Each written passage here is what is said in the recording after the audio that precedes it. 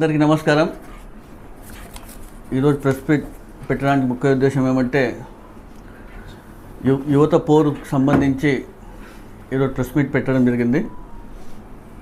ముఖ్యంగా దివంగత నేత డాక్టర్ వైఎస్ రాజశేఖర రెడ్డి గారు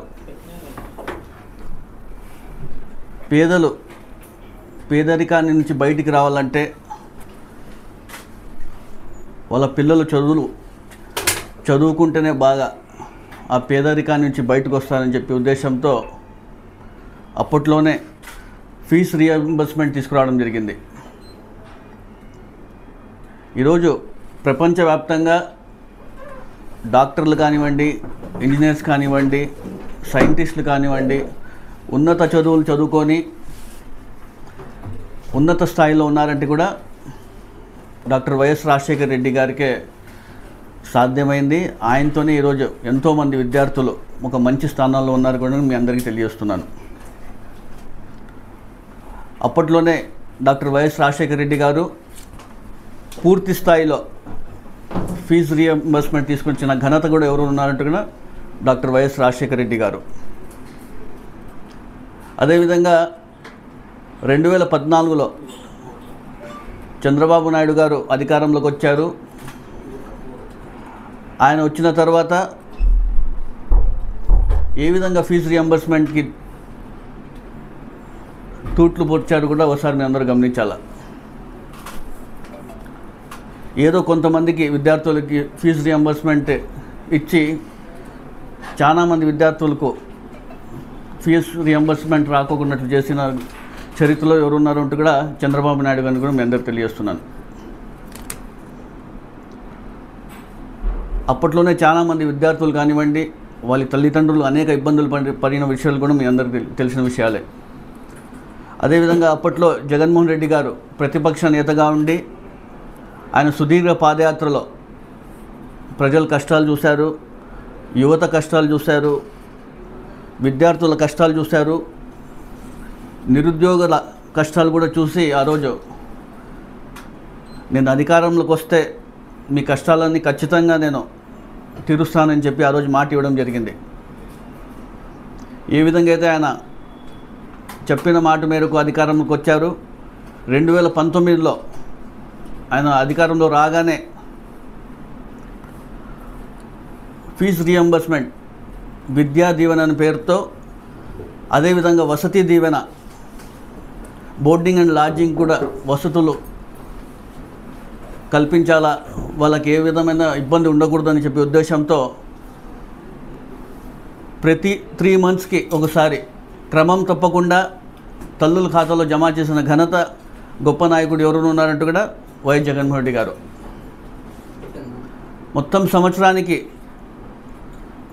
2800 కోట్ల రూపాయలు కేవలం విద్యా దీవెనకైతే 1100 కోట్ల రూపాయలు వసతి దీవెనకి అయ్యేది.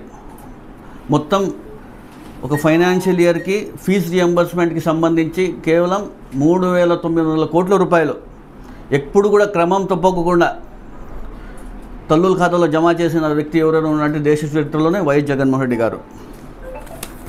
అదేవిధంగా ఆ రోజు జగన్మోహన్ రెడ్డి గారు విద్యార్థులు కానివ్వండి, విద్యా వ్యవస్థకు కానివ్వండి ఏ విధంగా ప్రాధాన్యత ఇచ్చినారు కూడా మనందరూ ఒకసారి గమనించాలి. ఎప్పుడూ లేని విధంగా విద్యా సంస్కరణలు తీసుకొచ్చిన గొప్ప నాయకుడు ఎవరు అంటే కదా జగన్మోహన్ రెడ్డి గారు. దేశంలోనే స్కూల్స్ని ఏ విధంగా మార్పులు చేసినారు, ఒక డ్రాస్టిక్ చేంజ్ తీసుకొచ్చిన దేశంలోనే ఏకైక నాయకుడు ఎవరు ఉన్నారంటే కూడా వైఎస్ జగన్మోహన్ రెడ్డి గారు. నాడు నేడు కింద ఏ విధంగా స్కూల్స్ని, కార్పొరేట్ స్కూల్స్ని ధీటుగా తీర్చిదిద్దిన నాయకుడు ఎవరు అంటే కూడా వైఎస్ జగన్మోహన్ రెడ్డి గారు.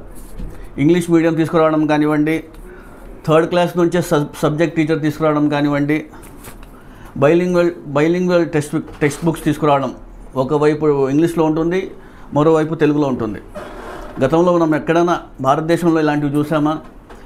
పిల్లలు బాగుండాలా, పిల్లలు బాగా చదువుకుంటేనే ఆ కుటుంబం పేదరికం నుంచి బయటకు వస్తుందని చెప్పి ఏ విధంగా విద్యా వ్యవస్థని ప్రాధాన్యత ఇచ్చిన విషయం కూడా మీరు అందరూ ఒకసారి గమనించాలా. డిజిటలైజ్డ్ క్లాస్ రూమ్స్ చేయడం కానివ్వండి, ప్రతి ఒక్క క్లాస్ రూమ్లో IFP ప్యానల్స్ ఏర్పాటు చేయడం, ఎప్పుడు ఎక్కడ చూసిండాం. కార్పొరేట్ స్కూల్స్లో కూడా ఐఎఫ్పి ప్యానల్స్ ఏర్పాటు చేసిన విషయం మనం ఎప్పుడు చూడలేదు.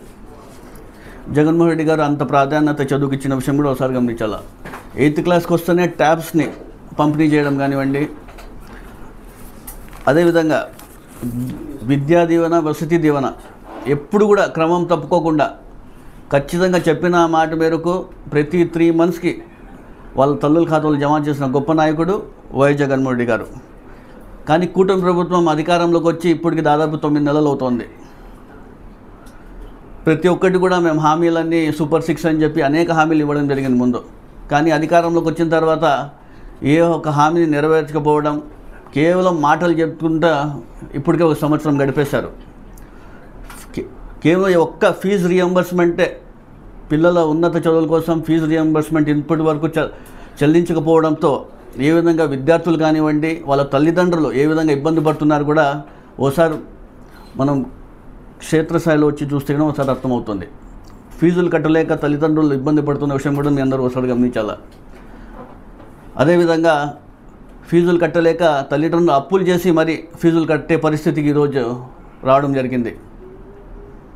మరీ ముఖ్యంగా చాలామంది విద్యార్థులు ఎదిగిన కాలేజెస్ మానేసి పనులకు పోయే విషయాన్ని కూడా మీ అందరి దృష్టికి తీసుకొస్తున్నాను. చదువులు పూర్తి చేయన విద్యార్థులు కూడా ఇంకా బకాయిలు ఉన్నాయని చెప్పి వాళ్ళ సర్టిఫికెట్స్ కూడా ఇవ్వని పరిస్థితి కూడా ఈరోజు మనం చూస్తున్నాం. దాదాపుగా రాష్ట్ర వ్యాప్తంగా చూసుకుంటే కూడా 11 లక్షల మందికి విద్యార్థులు ఈ ఫీజు రియంబర్స్మెంట్తో ఏ విధంగా ఇబ్బంది పడుతున్నారు కూడా ఒకసారి కూటమి ప్రభుత్వం నాయకులు చంద్రబాబు నాయుడు గారు కానివ్వండి, డిప్యూటీ సీఎం పవన్ కళ్యాణ్ గారు కానివ్వండి, నారా లోకేష్ గారు ఒకసారి గమనించాలని కోరుతున్నాను. నిరుద్యోగులు కూడా ఏ విధంగా ఇబ్బంది పడుతున్నారు.